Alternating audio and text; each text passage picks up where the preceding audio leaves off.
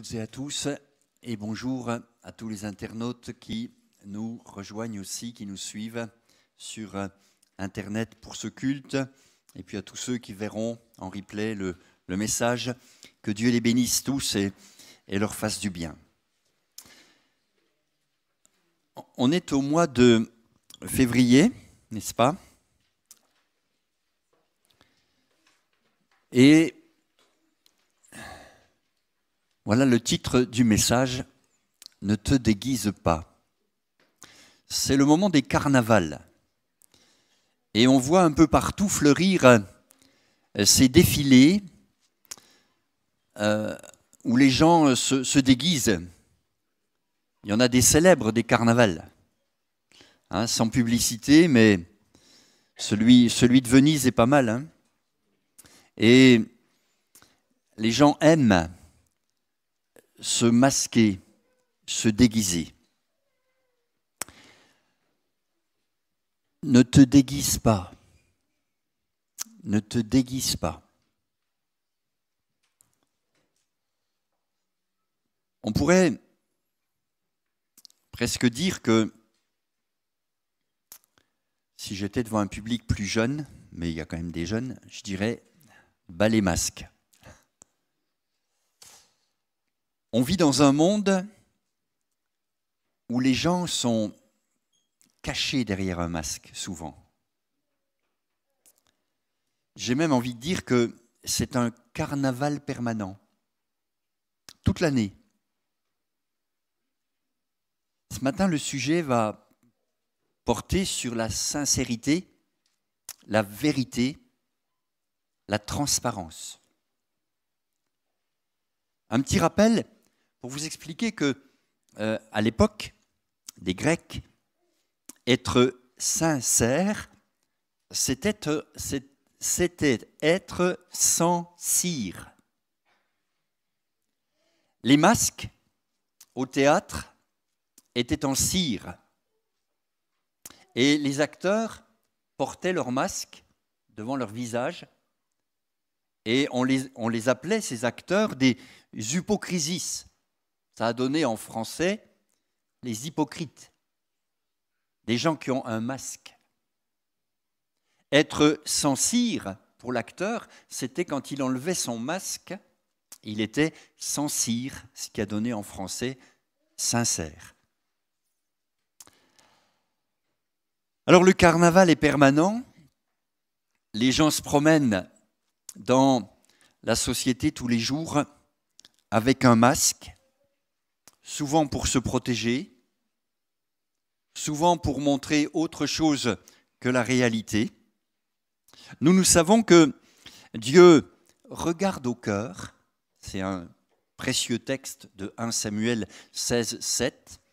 Dieu ne regarde pas à l'apparence, mais il regarde au cœur. Et s'il y a bien un domaine où l'Église et où les frères et sœurs que nous sommes sont concernés, c'est que nos relations fraternelles doivent être sincères, sans masque, sans cire. C'est ainsi que l'on pourra se connaître vraiment, en vérité. Et Dieu veut que les choses se fassent en vérité, dans la lumière. La chaleur de Dieu, la lumière de Dieu, le soleil de Dieu fait fondre la cire des masques. Et quand le masque tombe, qu'est-ce qui apparaît? C'est ça que Dieu voit. Et peut-être, je le dis pour quelqu'un ce matin, tu peux donner l'apparence d'être chrétien. Et puis aux yeux de Dieu, et tu le sais bien au fond de toi, ce n'est qu'hypocrisie finalement. Les pharisiens du temps de Jésus ont été sévèrement repris parce que c'était des hypocrites, vous voyez, des acteurs. Et les religions sont pleines d'acteurs. Les églises sont des fois des théâtres où on joue un rôle pendant un certain temps et puis une fois rentré à la maison, on enlève le masque et la vie continue. Il ne faut pas qu'il en soit ainsi. L'Église est la colonne et l'appui de la vérité. Et la vérité, c'est elle qui nous affranchit, c'est elle qui nous libère. Tant qu'on se cache derrière un masque, on ne prospère pas. Mais quand on avoue ses transgressions et qu'on les délaisse, alors on obtient miséricorde. C'est ce que dit la parole de Dieu. Alors, ce matin, je vous propose un petit parcours dans la Bible et l'on va voir ensemble plusieurs exemples de gens qui se sont déguisés.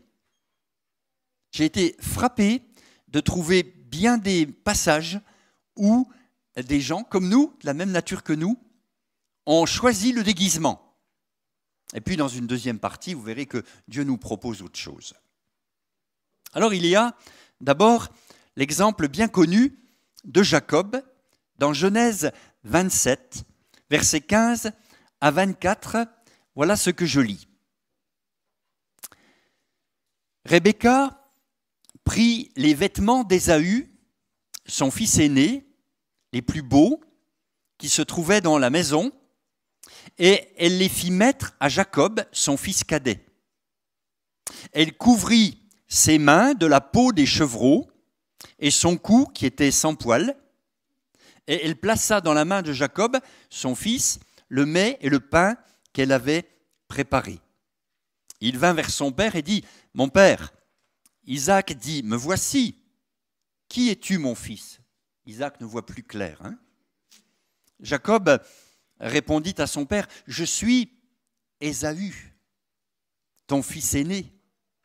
J'ai fait ce que tu m'as dit. Lève-toi, je te prie, assieds-toi et mange de mon gibier, afin que ton âme me bénisse. » Isaac dit à son fils, « Et quoi ? Tu en as déjà trouvé, mon fils ?» Et Jacob répondit, « C'est que l'Éternel, ton Dieu, l'a fait venir devant moi. » Isaac dit à Jacob, « Approche donc, que je te touche, mon fils, pour savoir si tu es mon fils Ésaü ou non. » Jacob s'approcha d'Isaac, son père, qui le toucha, et dit, « La voix est la voix de Jacob, mais les mains sont les mains d'Ésaü. » Et il ne le reconnut pas, parce que ses mains étaient velues, comme les mains d'Ésaü, son frère. Et il le bénit. Il dit, « C'est toi qui es mon fils Ésaü. » Et Jacob répondit, « C'est moi. » Isaac dit, « Serre-moi et que je mange du gibier de mon fils, afin que mon âme te bénisse. » Jacob le servit, et il mangea, et lui apporta aussi du vin, et il but. Alors Isaac, son père, lui dit, « Approche donc et embrasse-moi, mon fils. » Jacob s'approcha et le baisa. Isaac sentit l'odeur de ses vêtements, puis il le bénit et dit, « Voici, l'odeur de mon fils est comme l'odeur d'un champ que l'Éternel a béni. » Quelle histoire! Une maman qui dit à son fils cadet, « Tu vas te déguiser, je vais te donner les vêtements de ton frère aîné, parce qu'à l'époque, c'était l'aîné qui avait la bénédiction du père. Et tu vas te faire passer pour ton frère et tu auras la bénédiction. » Il se déguise pour voler la bénédiction. On peut, si on regarde tous les commentaires sur le sujet, on peut lire que certains pensent qu'il a bien fait. Il voulait la bénédiction et la fin justifie les moyens. Ça ne marche pas comme ça. Moi, j'ai plutôt regardé du côté des conséquences. Des conséquences de ce premier déguisement. Vous savez ce qui s'est passé ? Ésaü est revenu avec son gibier, a préparé son repas pour son père, s'est approché de son père et son père lui a dit « Mais il y a quelqu'un qui vient de passer là, avant toi, et je l'ai béni. » Et Ésaü, à partir de ce moment-là, va avoir de la haine pour son frère, au point que son frère va fuir. Le texte ne le dit pas, mais j'ose pas imaginer la discussion entre Rebecca et Isaac le soir-là. Ça a dû chauffer dans le couple. Quand la maman aime l'un et le papa préfère l'autre. Et quand, pour arranger tout ça, on va se déguiser. Vous savez, il nous faut comprendre que derrière le masque, il n'y aura que des problèmes. Quand on utilise des subterfuges pour arriver à ses fins, il n'y aura que des problèmes. Vous savez, quand on essaye même d'aider Dieu à réaliser son plan, il n'y aura que des problèmes. Soyons vrais et souvenons-nous que entre Jacob et Ésaü, la dissension a été longue.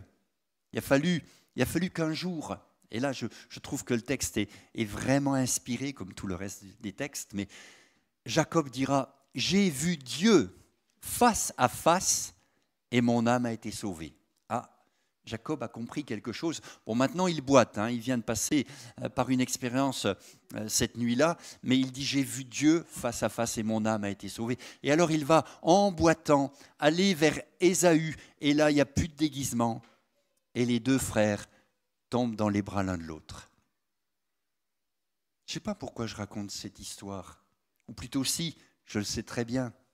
C'est parce que dans nos relations fraternelles, il peut y avoir ce genre de rupture, ce genre de déchirure, ce genre de division. Et le Seigneur, il ne veut pas que son peuple soit divisé. Le diable sait très bien que s'il divise, il règne mieux. Diviser pour régner. Mais quand on rencontre Dieu face à face, sans masque, Jacob peut le dire avant nous, et nous après lui, on peut être sauvés. Quand on tombe le masque, quand on vient devant Dieu, quand on accepte que c'est la réalité, je suis un voleur, je suis un supplanteur, je suis un magouilleur, je suis quelqu'un qui arrive toujours à ses fins avec des moyens qui ne sont pas très spirituels. Quand on est devant Dieu en vérité et qu'on confesse ces choses, alors c'est étonnant, mais on peut retrouver le chemin de son frère, de sa sœur, en vérité. Ne jouons pas entre nous, à nous. On n'est pas en compétition. On ne se compare pas, mais on est l'objet de l'amour de Dieu qui veut qu'on soit vrai, qui veut qu'on soit vrai. Alors, ne te déguise pas. Le deuxième exemple que je voudrais que l'on prenne ensemble se trouve dans 1 Samuel 28. C'est l'exemple de Saül. Le roi Saül a bien commencé, et puis on sait qu'il a mal fini. Et je lis ceci, à la fin de sa vie, c'est finalement à la veille de sa mort, mort tragique. 1 Samuel 28, verset 8, il dit au verset 7, « Cherchez-moi une femme qui évoque les morts et j'irai la consulter. » Ses serviteurs lui dirent, « Voici, à Endor, il y a une femme qui évoque les morts. » Alors Saül se déguisa et prit d'autres vêtements et il partit avec 2 hommes. Ils arrivèrent de nuit chez la femme. Saül lui dit, « Prédis-moi l'avenir en évoquant un mort et fais-moi monter celui que je te dirai. » La femme lui répondit, « Voici, tu sais ce que Saül a fait, comment il a retranché du pays ceux qui évoquent les morts et ceux qui prédisent l'avenir. Pourquoi donc tends-tu un piège à ma vie pour me faire mourir ?» Saül lui jura par l'Éternel en disant, « L'Éternel est vivant, il ne t'arrivera point de mal pour cela. » La femme dit, « Qui veux-tu que je te fasse monter ?» Il répondit, « Fais-moi monter Samuel. » Lorsque la femme vit Samuel, elle poussa un grand cri et elle dit à Saül, « Pourquoi m'as-tu trompé? Tu es Saül ?» Alors, il faut déjà dire plusieurs choses. N'allez pas voir les gens qui évoquent les morts. N'allez pas consulter ce genre de personnage. C'est toujours aussi interdit par la parole de Dieu, même si aujourd'hui il y a plus de voyantes en France que de médecins généralistes. N'y allez pas.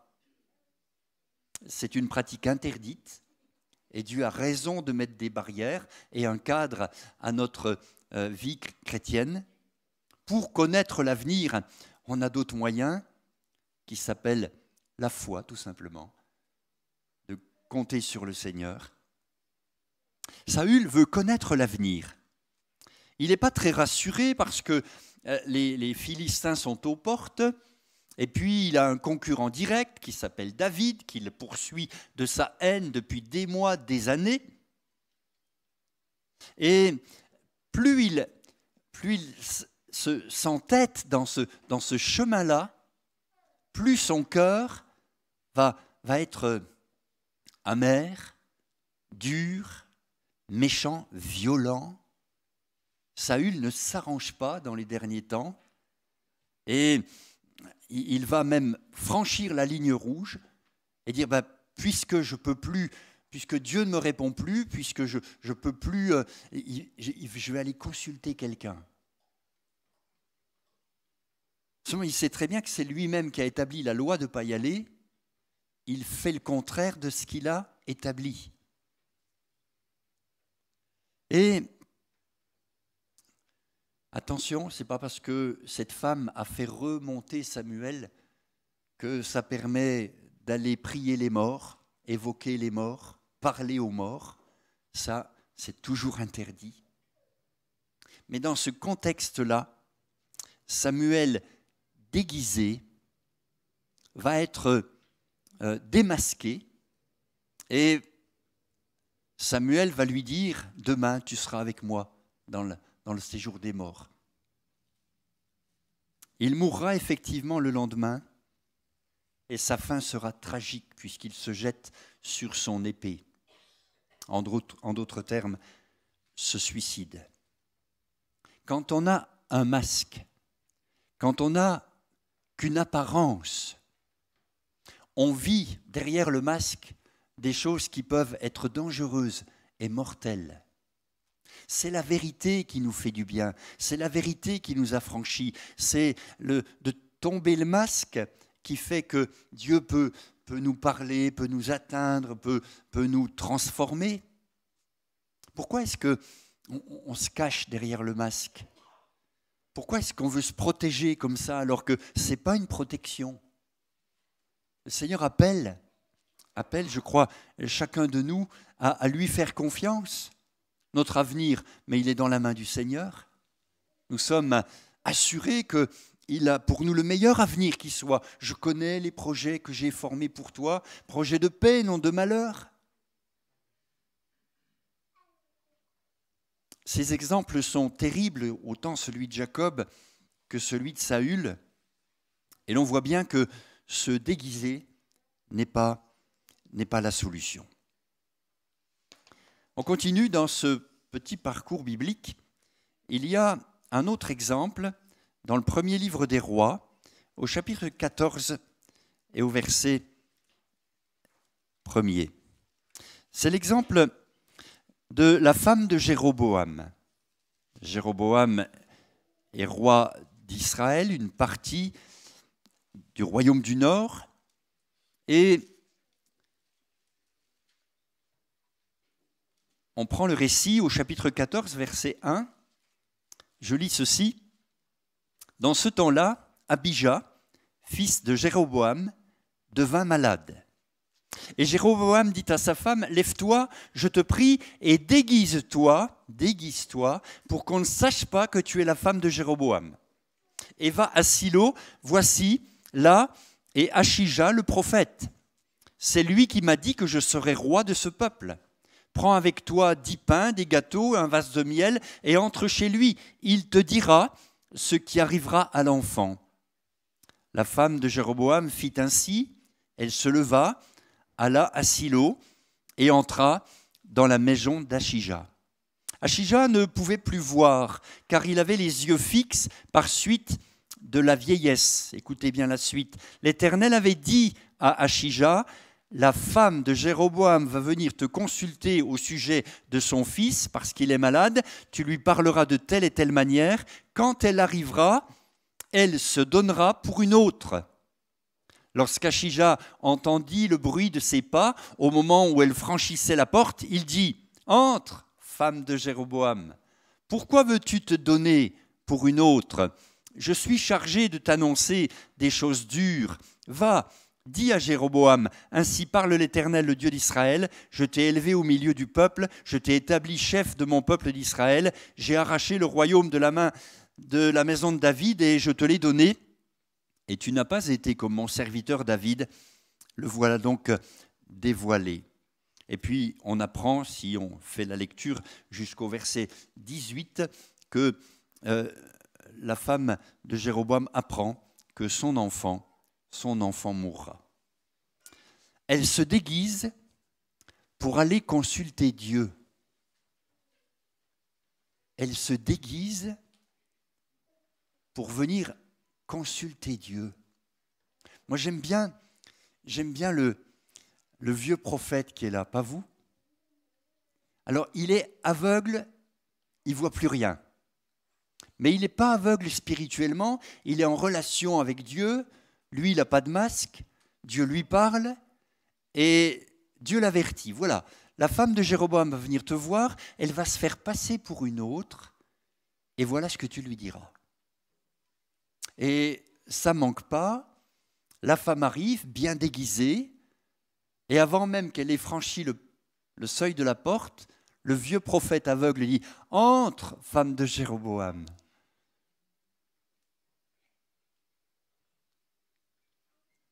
Un vrai don spirituel, non? Un peu avant l'heure. Démasqué.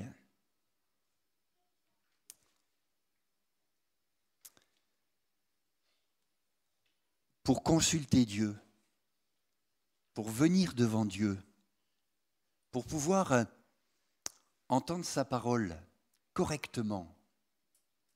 Pourquoi faudrait-il que tu mettes un masque? Pourquoi faudrait-il que tu te caches derrière un masque? Dieu a un regard perçant, dit l'Écriture. Son regard est un regard de flamme. Et la cire du masque fond devant la flamme. Et toute la manigance de cette femme et tous les efforts qu'elle a fait pour se déguiser vont être dévoilés. Je connais quelqu'un qui récemment m'a dit « je n'ai qu'une trouille ». Passez-moi l'expression. C'est qu'un don spirituel soit donné à l'Église et dévoile ce que je vis. Vous vous rendez compte? La difficulté de cette personne qui a peur qu'un don spirituel dévoile ce qu'il vit. Je l'ai encouragé à parler. Je l'ai encouragé à ne pas rester derrière le masque, mais à commencer à parler. Il l'a fait et ça lui a fait le plus grand bien. Le plus grand bien. Dieu ne va pas utiliser des dons spirituels pour te mettre mal à l'aise. Mais quand on en arrive à ce point extrême de la femme de Jéroboam et de son mari, qui sont d'accord tous les deux pour se déguiser pour aller consulter Dieu, alors Dieu ne se laisse pas avoir. Dieu ne se laisse pas avoir. Il parle à la femme et elle rentrera chez elle. Et effectivement, à peine rentrée chez elle, l'enfant mourra. Ces textes sont durs à lire, sont durs à entendre. Peut-être c'est un message qui ne vous plaît pas jusque-là. Attendez la fin. Mais quand même, je trouve qu'ils sont nombreux les exemples où l'on voit des hommes, des femmes qui se déguisent. On va encore en voir un autre, c'est Akab. Et dans le récit de 1 Roi 22, on lit ceci au verset 29. Le roi d'Israël et donc le roi de Juda se sont mis d'accord, Josaphat et Akab, pour monter ensemble au combat. Et je lis ceci, le roi d'Israël et Josaphat, roi de Juda, montèrent à Ramoth en Galaad. Le roi d'Israël dit à Josaphat, « Je veux me déguiser pour aller au combat, mais toi, revêt-toi de tes habits. » Et le roi d'Israël, donc Akab, se déguisa. et alla au combat. Le roi de Syrie avait donné cet ordre aux 32 chefs de ses chars. Vous n'attaquerez ni petit ni grand, mais vous attaquerez seulement le roi d'Israël. Justement celui-là qui est déguisé. Quand les chefs des chars aperçurent Josaphat, le roi de Juda, ils dirent certainement, c'est le roi d'Israël, et ils s'approchèrent de lui pour l'attaquer. Josaphat poussa un cri, et les chefs des chars, voyant que ce n'était pas le roi d'Israël, s'éloignèrent de lui. Alors un homme tira de son arc au hasard, et frappa le roi d'Israël au défaut de la cuirasse. Le roi dit à celui qui dirigeait son char, « Tourne et fais-moi sortir du champ de bataille, car je suis blessé. » Le combat devint acharné ce jour-là. Le roi fut retenu dans son char en face des Syriens, et il mourut le soir.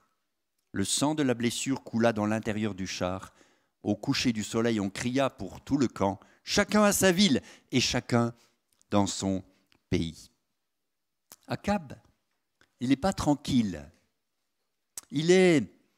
Pourtant, Élie, le prophète, l'a bien des fois repris, conseillé, montré. Il y a quand même l'épisode sur le Carmel où Akab va voir que le feu du ciel descend sur le sacrifice préparé par Élie et ne descend pas sur le sacrifice préparé par les faux prophètes. Il est marié avec Jézabel, une femme terrible, capable de poursuivre Élie de toute sa haine. Et Akab, je dis, il marche un pied d'un côté, un pied de l'autre. Et quand il est là pour aller au combat, il n'est pas tranquille et il dit à Josaphat, « Moi, je vais me déguiser. » Vous avez lu comme moi ce qui se passe. Le hasard, je ne dis pas que c'est hasardeux, c'est hasardieux. Parce que le hasard est dans la main de Dieu. Et ce soldat syrien qui tire une flèche au hasard va toucher Akab au défaut de sa cuirasse. Et Akab, ce jour-là, va mourir. Son déguisement ne lui a été d'aucune utilité. Alors appliquons ce texte à notre vie chrétienne. Nous sommes dans un combat. Nous sommes dans un combat spirituel. Il y a guerre entre Satan et l'Église. Nous sommes dans un combat. Et dans le combat, si en plus tu y vas déguisé, tu prends le risque de ce qui est arrivé à Akab. Pour le combat, il faut être vrai. C'est vrai que nous sommes faibles, que des fois on a peur, que des fois on est tout tremblant, mais mieux vaut le confesser que de faire le superbe et de dire « tout va bien » alors que tu es derrière un masque. Le diable sait très bien où est ta faille et saura te toucher là où il y a le défaut de la cuirasse, comme on dit. L'affaire du combat spirituel est quelque chose de très actuel. Et dans ce combat que nous menons, soyons vrais, frères et sœurs. Ne nous déguisons pas. Et soyons authentiques, soyons limpides, transparents devant le Seigneur, et il saura, et on va le voir tout à l'heure, nous donner ce qu'il faut pour combattre le bon combat. On va encore prendre un dernier exemple dans l'Ancien Testament. C'est l'exemple de Josias. Alors Josias, quand même, c'est un bon roi. Et vous pouvez lire dans le 2e livre des Chroniques, tout ce qu'il a fait de son temps, c'est un bon roi. Et à la fin de sa vie, et ça c'est terrible, au chapitre 35, on va prendre la lecture au verset 20. Il se passe ceci, après tout cela, après que Josias eut réparé la maison de l'Éternel, donc des bonnes choses, Nécho, roi d'Égypte, monta pour combattre Carchemish sur l'Euphrate. Josias marcha à sa rencontre. Et Nécho lui envoya des messagers pour dire « Mais qu'y a-t-il entre moi et toi, roi de Juda ?» ce n'est pas contre toi que je viens aujourd'hui, c'est contre une maison avec laquelle je suis en guerre. Et Dieu m'a dit de me hâter. Ne t'oppose pas à Dieu qui est avec moi, de peur qu'il ne te détruise. » Mais Josias va s'entêter. Josias ne se détourna point de lui et il se déguisa pour l'attaquer, sans écouter les paroles de Nécho qui venaient de la bouche de Dieu.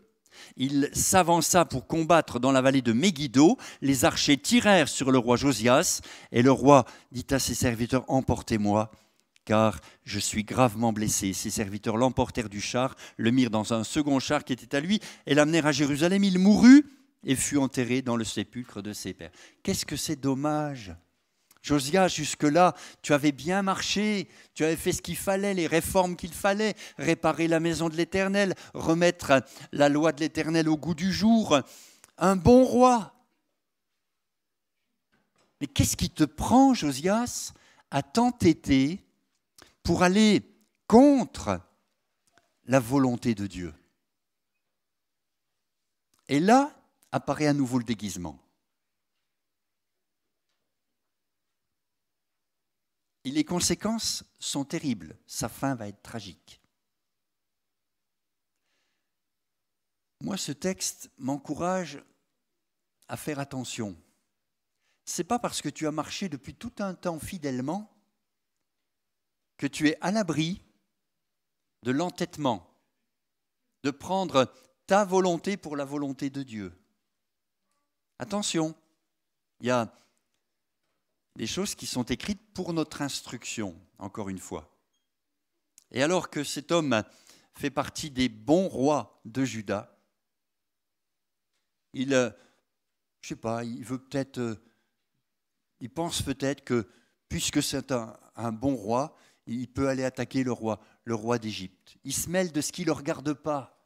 Il y a guerre entre l'Égypte et la Syrie, et lui, il intervient, il dit mais pousse-toi de là, roi de Juda. C'est pas contre toi que je viens. Et Josias s'entête. Vous savez, souvent, notre masque s'appelle notre volonté propre. On a une volonté. Et avant de céder à la volonté de Dieu, reconnaissons que notre volonté propre a souvent du mal à se plier à celle de Dieu. Ça peut être dangereux, ça peut être mortel, ça peut être terrible que de prendre sa volonté pour la volonté de Dieu. Là encore, c'est un déguisement. Et ta volonté te sert de masque. Tu peux l'habiller correctement, penser que ça vient du Seigneur. En fait, c'est toi qui décides derrière. Ça va nous chercher loin, ça. Hein. Ça va nous chercher dans nos motivations, dans nos mobiles les plus profonds.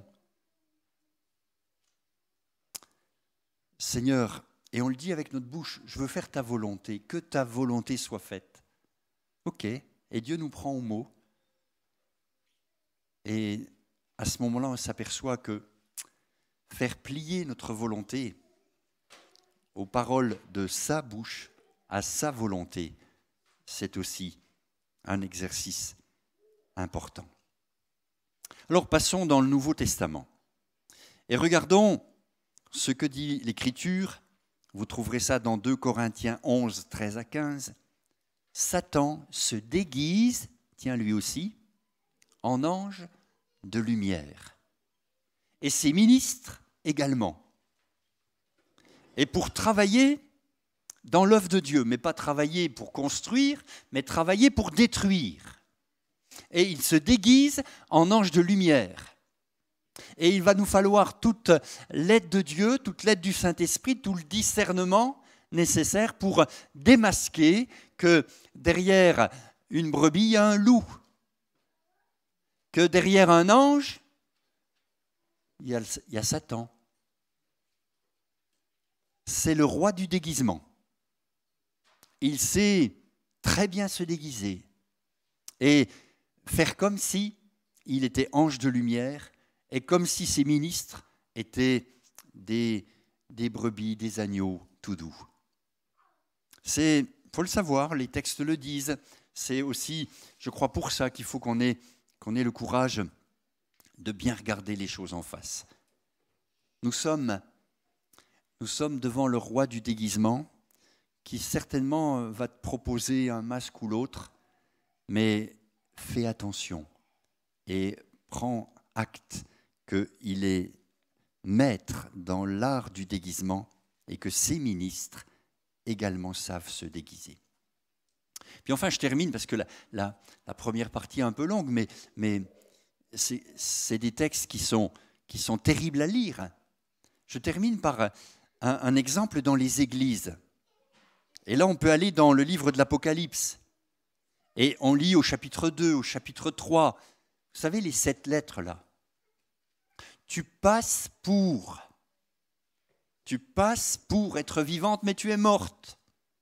Tu fais la riche, mais tu es pauvre. Tu penses voir, mais tu es aveugle. Et la parole qui est adressée à ces églises, il y en a 3 en particulier, montre que le Seigneur voit très bien ce qui se passe. J'appelle ça vivre dans l'illusion. Ces églises pensent que, croient que, et puis en fait, Dieu voit les choses autrement. Et je crois que c'est intéressant de relire ces textes, et de voir ce que Dieu leur dit. Tu passes pour être vivante, tu es mort. Alors on prend le temps, ça va aller assez vite. Apocalypse 2, verset 2.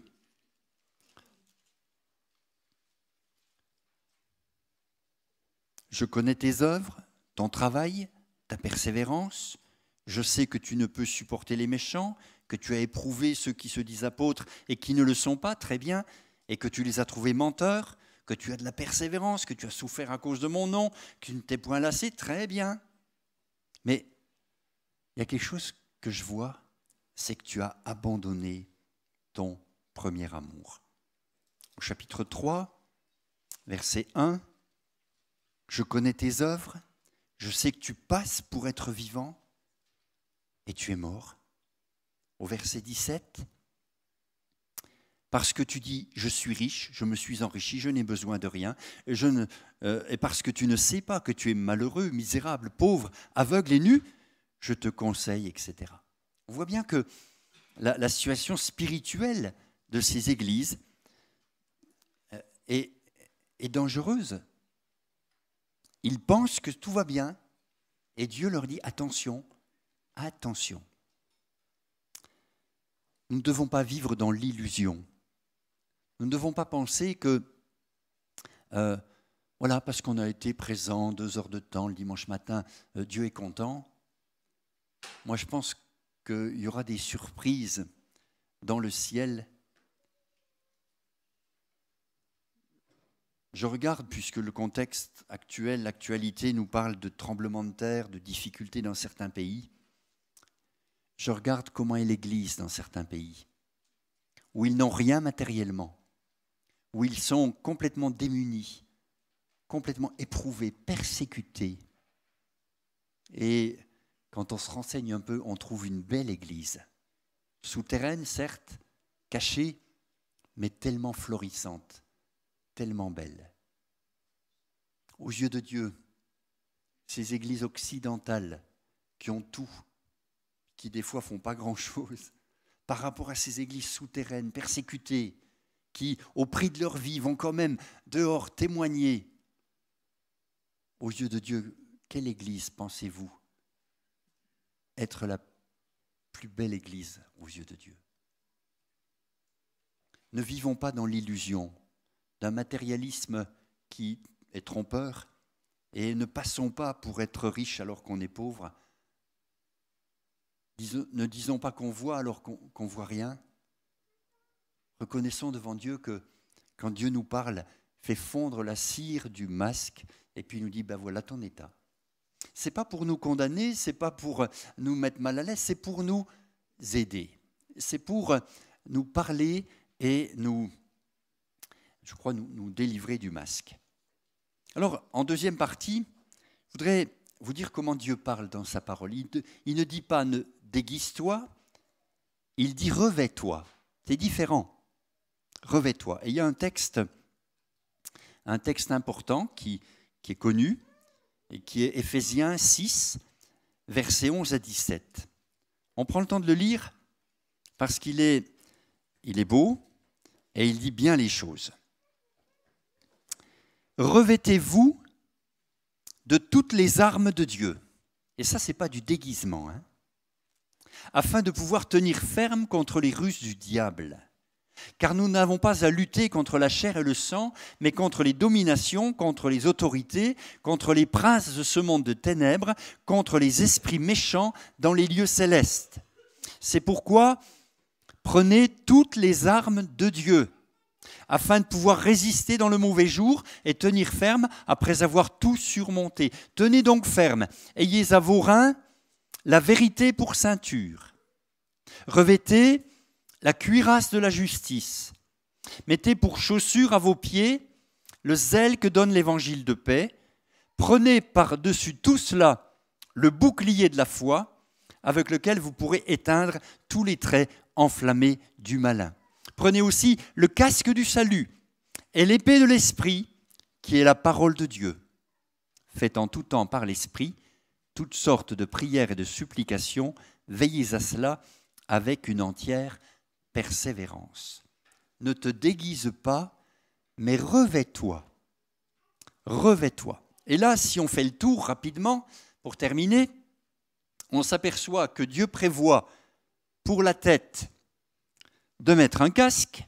Pourquoi ? Parce que tes pensées ont besoin d'être protégées. Il veut que tu mettes pour ton cœur une cuirasse, qui est une cuirasse de justice, qui va protéger ton cœur. Il veut qu'autour de tes reins, qui va te permettre de marcher dans la vérité, il faut qu'il y ait la ceinture de la vérité. Il veut qu'à tes pieds, tu revêtes des chaussures du zèle pour pouvoir avancer correctement. Il veut que tout ton corps soit protégé par un bouclier qui est le bouclier de la foi. Et puis enfin, il veut te donner à la main son épée, la parole de Dieu, pour que tu t'en serves. C'est un équipement, ce n'est pas un déguisement. On se revêt, on prend ces choses et on les met, on se les approprie. C'est une démarche complètement différente. On n'est pas caché derrière un masque, on est là devant et on est équipé pour le combat, on est équipé pour la vie chrétienne. Voilà comment Dieu parle. Et c'est certain qu'il a raison de nous dire « ne te déguise pas, mais revêt-toi ». Certes, c'est bien d'enlever le masque, mais on ne va pas non plus avancer tout nu, hein. Il y a tout ce qu'il faut dans la parole, dans Éphésiens 6, pour nous revêtir de la tête jusqu'aux pieds et de pouvoir ainsi tenir ferme dans les mauvais jours. Est-ce que vous savez que les jours sont mauvais ? Est-ce que vous savez que les temps que nous vivons ou qui sont devant nous sont des jours mauvais ? La Bible dit que l'heure vient où plus personne ne pourra travailler. Les ténèbres avancent et le diable, sachant qu'il a peu de temps, met le paquet. Nous avons besoin d'être revêtus de toutes les armes de Dieu. Voilà le message que j'avais sur le cœur pour vous et pour moi aussi. Ne te déguise pas, mais revêt-toi. Et quand tu vas comprendre cela, pratiquer cela, mettre cela en place dans ta vie, tu seras un bon soldat de Jésus-Christ. Tu seras un bon soldat qui sera prêt à combattre le bon combat et à remporter des victoires avec le Seigneur. Amen. On prie le Seigneur ensemble. Seigneur, merci parce que quand tu nous parles ainsi, quand tu nous reprends, quand tu nous dis « ne te déguise pas », quand tu nous avertis des dangers qu'il y a à vivre derrière un masque, c'est parce que tu veux nous voir en vérité. Tu veux nous voir devant toi, transparent. Seigneur, nous voulons venir tel que nous sommes devant toi ce matin et te remercier parce que tu nous offres l'équipement nécessaire pour combattre le bon combat, pour avancer dans la vie de tous les jours, dans la vie chrétienne, avec l'équipement nécessaire pour gagner le bon combat. Seigneur, je prie que ton esprit prenne le relais maintenant de tout ce qui a été partagé et que chacun puisse, Seigneur, s'approprier ta parole, croire ta parole, vérifier dans la pratique ta parole tout au long de la semaine qui vient. Merci parce que ta parole est la vérité, ta parole est l'épée de l'esprit qui pénètre au-dedans de nous et qui nous fait tellement de bien. Merci Seigneur. Amen. Amen. Que Dieu vous bénisse et que ce ne soit pas le carnaval, mais ce soit le bon combat de la foi qui nous anime.